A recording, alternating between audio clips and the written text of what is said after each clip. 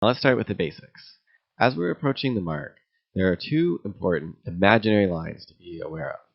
These are called the ley lines, and they are the line along which a boat sailing could exactly fetch the mark from a close-haul course. The starboard ley line represents the course that a boat on starboard tack would take, and the port ley line is the course that a port tack boat would take. The ley lines are important because you do not want to sail past them, since that would result in sailing extra distance. The extra distance you sail is actually twice the distance you go past the mark, because you sail once away from the mark and then again back towards it. So this can be quite costly.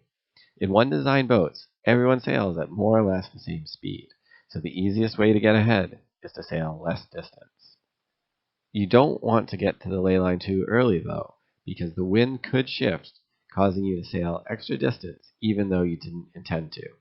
It's best to approach the mark a few boat lengths down from the ley line, if you have clear air to do so, and then do 2 tacks near the mark. With this method, you guarantee you won't sail extra distance.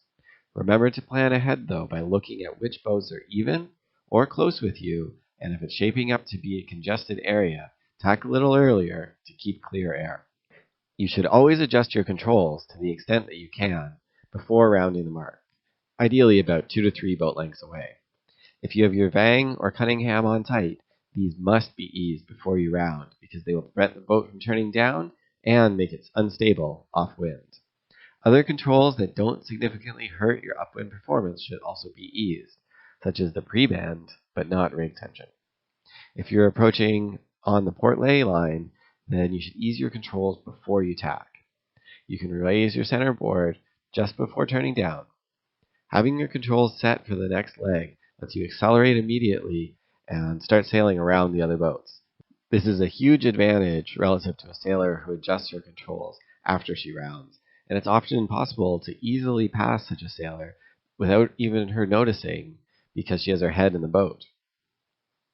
The final thing you should do before you round is have a plan for the next leg. Look upwind to see if the pressure looks better on one side of the course. Think back to what worked on the beat, and maybe there was something on the course that had better pressure or a shift that you can take advantage of. When sailing downwind, you want to sail away from the next shift. So if you expect the next shift to be significant, incorporate this into your strategy. These are some things to think about, but we'll cover strategy more in another video. What should you do if you're sailing towards the mark, but you don't think you'll make it around? Don't try to point at the mark. If you point too high, it will actually make your problem worse, as the boat will slide sideways. It's best to sail your fastest course, and then you have 2 options. You can either do 2 quick tacks, or you can shoot up. When you shoot up, go as fast as you can, and then gently turn the boat head to wind, using your momentum to drive into the wind. Then turn back around the mark. If you're not going to make it, you can always turn it into a tack. Shooting up works best in light to medium wind and small waves. If it's breezy or wavy, your momentum won't carry you too far, and you risk driving into the mark. Let's watch a video where we demonstrate shooting up. Alright, so we're not going to make the mark, but we're driving as fast as possible. Look at the jib and you can see that. Here we go, turning up gently, coasting into the wind, and then coming back down and doing a normal rounding. All of the boats come together, and so in a large fleet it can get quite congested, and there are large areas of dirty air that need to be avoided. Let's start by talking about the port ley line approach. Let's look at some of the challenges of this approach. The first is getting clear air. If the next leg is a reach, or there is an offset mark, then the port ley line near the mark will have a lot of dirty air from boats sailing on the next leg, and it will be quite difficult to sail there. You can only really make this approach if you're near the front, or if there's a gap ahead to the next group of boats to give you some clear air. If the next leg is downwind, then you not only have dirty air to contend with, but also the boats ahead represent a collision risk. Boats will generally round the mark on starboard tack and won't jibe immediately unless the course isn't square.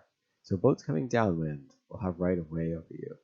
Any boats that do jibe, you will have right of way because you are the port tack boat and the leeward boat. In any case, if you're not near the front, this can be a tricky situation as well. When approaching on the port ley line, you have reduced rights if you tack within the 3 boat length circle around the mark. The rules around this are a little complicated and will be covered in a different video, but in summary, if you tack in the zone, you may not be entitled to mark room. Generally, you'll want to tack onto the starboard line more than 3 boat lengths away from the mark. The final thing that makes the port ley line approach challenging is finding a spot on the starboard ley line. If you come to the mark too late, you may have to backtrack to find a hole, or things might just get a little hairy. When you're coming up to the starboard ley line, scope out the situation well in advance and project forward in your head to get an idea of what it will look like when you arrive on the line. The next question is, should you tack below a boat on the line or pass behind her and tack above? First of all, for you to be able to tack below, the other boat must have sailed past the line. That's how I've drawn this example, but often this is not the case. So if you're planning to tack below, you should be sure that you can make the mark. Being further down on the line is also an area that has a lot of dirty air, so it will be difficult to sail in this area, and especially to points. If you get stuck in dirty air, it can be very difficult to get out because you may not have room to tack, and boats will keep sailing over you. So generally, I recommend sailing behind the other boat and tacking above her in clear air. You'll sail a little extra distance, but compared to sailing in dirty air, you'll come out well ahead. In sailing, it generally pays to be more conservative. You're making a small loss on the extra distance versus a large potential loss if you get stuck in dirty air or foul another boat. You have to give up a little because you made a late approach, and hopefully you found something on the course that allowed you to make some gains. This is also a good spot to protect yourself from being put in a leave-out position because you have what I call a blocker. You've given yourself enough room to the boat ahead and to leeward so that you are already in a leave-out position. Any boat that passes behind her, that boat will also have to pass behind you. She can't tack below you because she would put herself in dirty air behind your sail. No boat can tack on your lee-bow, and the blocker is prevented from tacking because that would result in an immediate collision. If you're on starboard tack and you see a boat on a course to pass behind you, it's important to realize the limitations you'll soon have. If you aren't 100% sure that you'll make the mark, then you must tack immediately as she passes behind you. Once you've tacked, the other boat is unable to tack without causing a collision, so she must wait for you to tack before she can. This allows you to reposition on the line. If you were to allow her to pass behind you, then you wouldn't be able to tack, and you would have difficulty getting around the mark. As you approach on the starboard ley line, it is important to monitor all of the boats below and try and figure out what they will do so that you can maintain clear air.